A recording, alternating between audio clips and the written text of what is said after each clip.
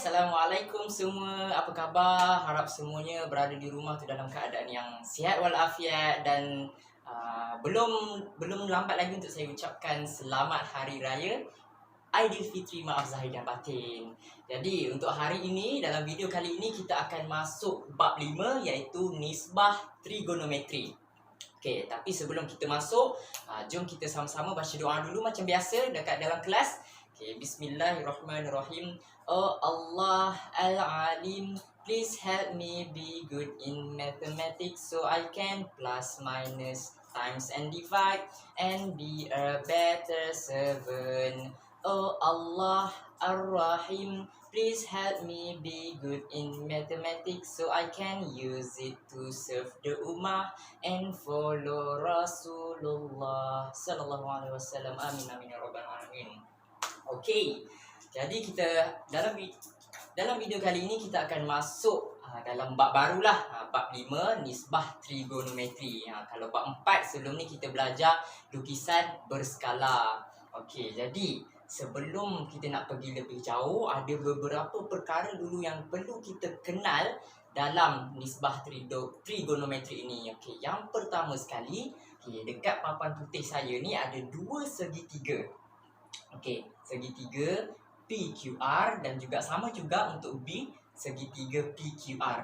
Okey, jadi saya lupa kat sini nak letakkan sudut dia. Okey. Jadi dua segitiga ini ialah segitiga bersudut tegak. Kenapa dia dikatakan bersudut tegak? Sebab apa? Sebab kita ada satu sudut kat sini, dia bersudut 90 darjah. Okey, dan dekat sini juga sama juga. Dia bersudut 90 darjah. Jadi apa pula nama sudut bagi P dengan R ni? P dengan R ni ialah sudut tirus. Sebab apa dia dipanggil sudut tirus? Sebab sudutnya adalah di antara kosong, sudut kosong sehinggalah tidak melebihi 90 darjah. Jadi sudut tirus. Okey, sudut tirus. Okey, sudut tirus tu untuk ni lah, P dan juga R, sama juga untuk P dan juga R. Okey. Tapi segitiga ini kita namakan sudut segitiga bersudut tegak sebab dia ada satu sudut tegak. Okey. Jadi, dalam tingkatan 1 dulu awak dah belajar satu topik yang dinamakan teorem Pythagoras. Okey, dalam teorem Pythagoras tu juga dia menyentuh berkaitan dengan segitiga bersudut tegak. Dan dekat situ awak dah kenal satu nama penting dalam segitiga bersudut tegak iaitu sisi terpanjang dalam segitiga bersudut tegak. Okey, jadi kita perhatikan dekat segitiga A dengan B ni. Mana satu sisi terpanjang dia? Okey, kalau kita perhatikan sisi PR ini ialah yang terpanjang. Betul? Okey, dan segitiga yang kedua juga sama, PR. Siapa yang masih ingat apa nama sisi yang terpanjang bagi segitiga bersudut tegak? Siapa ingat? Okey. Jadi segitiga bersudut tegak, sisi terpanjangnya kita panggil hypotenuse. Okey, dan ini juga hypotenuse. So harapnya awak ingatlah benda ni kita dah jumpa, awak dah jumpa dalam tingkatan 1 lagi. Sisi hypotenuse iaitu satu sisi yang terpanjang yang bertentangan dengan sudut tegak itu sendiri 90 darjah. Dia bertentangan. Ini pun sama, bertentangan. Okey. Jadi kalau sisi yang terpanjang itu dinamakan hypotenuse, agak-agaknya lah kan, ada tak nama khas yang kita boleh panggil untuk sisi yang lain ni? Untuk dua yang lain ni? Agak-agak ada tak nama khas untuk dia? Okey, jadi sebenarnya ada. Okey, kalau sini kita panggil hypotenuse, kita akan tengok dua lagi sisi bagi segitiga bersudut tegak iaitu yang pertama. Okey, yang pertama tadi hypotenuse lah kan? Hypotenuse. Okey, dan yang kedua ialah sisi bertentangan.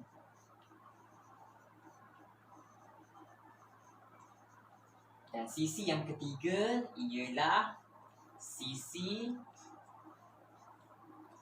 bersebelahan. Okey. Sorry lah saya ingat sikit. Okey, tak apa kan? Boleh baca. Selagi boleh baca, boleh dah tu. Okey, sisi bertentangan dan juga sisi bersebelahan. Jadi macam mana kita nak tahu mana satu sisi bertentangan, mana satu sisi bersebelahan? Okey, katakan dekat segitiga bersudut tegak ini, dekat sini kita ada sudut X. Okey, sudut X. Kita ada sudut X. Jadi, sisi bertentangan dan juga sisi bersebelahan ini merujuk kepada sudut yang dirujuk. Okey, katakan dalam segitiga ni kita ada sudut X. Jadi kita merujuk kepada sudut X untuk menentukan mana satu sisi bertentangan bagi sudut X dan juga sisi bersebelahan bagi sudut X. Okey. Sudut X dekat sini. Mana nak cari sisi bertentangan? Kita tengok sisi yang paling jauh bagi sudut X. Okey. Sudut X. Sisi bertentangan bagi sudut X ialah sini, bertentangan dengan dia, iaitu PQ. Itulah sisi bertentangan. Okey, sini sisi bertentangan.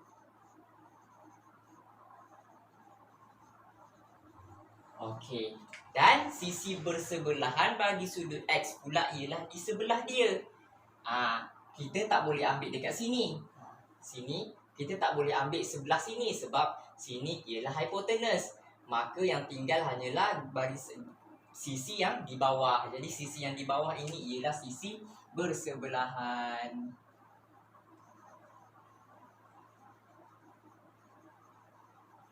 Itu sisi bersebelahan. Okey, kita tengok pula dekat sini. Okey, tadi sudut X dekat situ. Sekarang apa kata saya tukar sudut Y pula kat sini. Jadi jom kita tentukan mana satu hipotenus, sisi bertentangan dan juga sisi bersebelahan. Okey, hipotenus ialah sisi yang terpanjang dalam segitiga bersudut tegak. Jadi ini ialah garisan yang terpanjang, maka inilah hipotenus. Jadi sisi bertentangan bagi Y pula ialah yang bertentangan lah, yang jauh. Ini ialah yang bertentangan. Jadi sisi bertentangan ialah sini.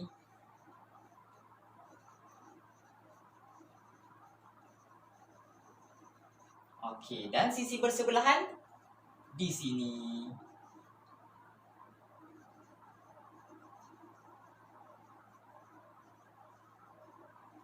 Okey. Jadi setakat ni boleh faham macam mana kita nak tentukan sisi bersebelahan dan juga sisi bertentangan. Kedua-duanya ialah segitiga yang sama, tetapi sisi bertentangan dan juga bersebelahan berubah mengikut kepada sudut yang dirujuk. Okey, dalam A ni kita rujuk sudut X dan yang B ni kita rujuk sudut Y. Okey. Okey, sekarang jom kita tengok dua contoh yang saya bagi ni. Yang contoh A kita ada segitiga ABC dan contoh B kita ada segitiga DEF. Okey, jadi simbol segitiga juga kita boleh tulis dalam bentuk macam inilah. Ada segitiga kecil ABC dan juga segitiga DEF. Yang mana kita ada dua sudut kat sinilah yang kita akan rujuk sekejap lagi untuk kita tentukan mana satu hipotenus, mana satu bertentangan dan juga mana satu bersebelahan. Okey, jadi sisi yang paling senang sekali kita nak cari ialah hipotenus lah, iaitu sisi yang terpanjang bagi segitiga bersudut tegak. Okey, jadi untuk hipotenus kita boleh kenal pasti dengan garisan terpanjang, sisi terpanjang dalam segitiga itu. Jadi kita tengok dulu yang A ni, segitiga ABC, mana sisi terpanjang? Okey, sisi terpanjang yang kita boleh nampak ialah AC. Okey, AC. Okey. Dan kemudian kita boleh tentukan juga sisi bertentangan. Okey, macam kita tengok tadi, sisi bertentangan tu merujuk kepada sudut tertentu kan yang kita rujuk. Jadi kita tengok sudut yang pertama. Sudut yang pertama ialah sudut BAC. Okey, jadi nak rujuk sudut mana? Rujuk sudut A sebab A ada kat tengah. Jadi sudut A itulah yang kita kena rujuk. Okey, sudut sini. Okey, sinilah.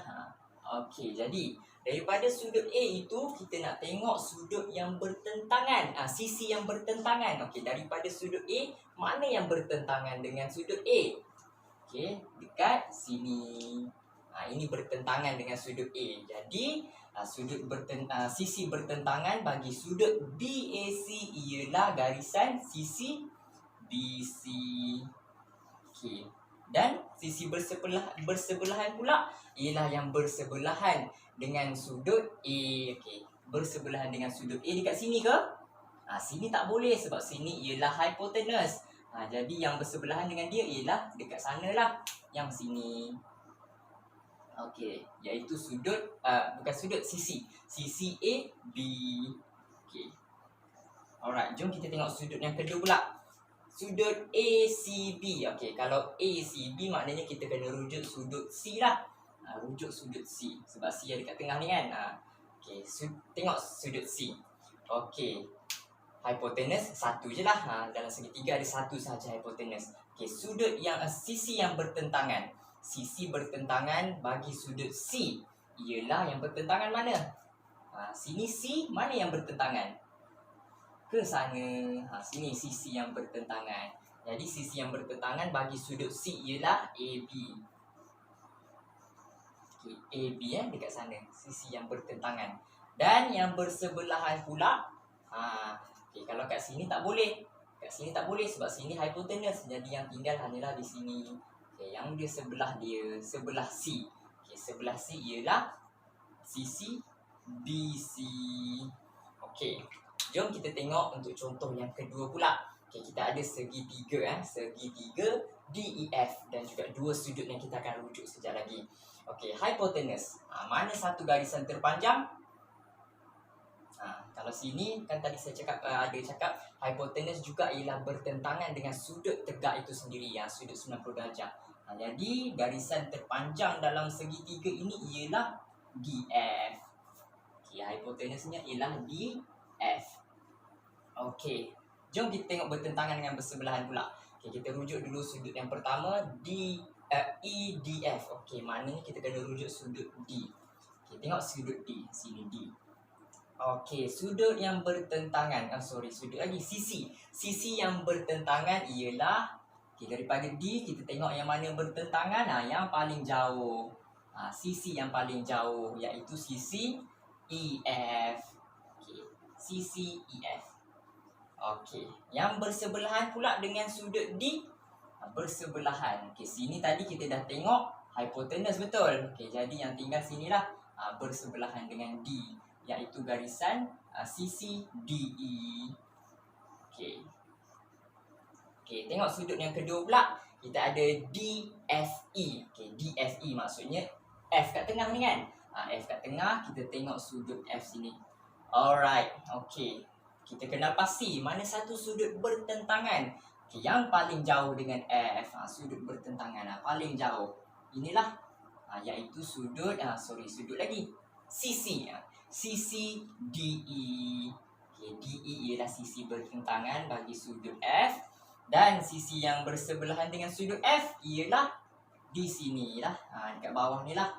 Di sini, sebab sini kan tadi hypotenuse, sini kan H, hypotenuse. Okay, jadi yang tinggal sinilah EF. Okay, jadi sudut bersebelahan bagi sudut sisi bersebelahan bagi sudut F ialah EF. Okay.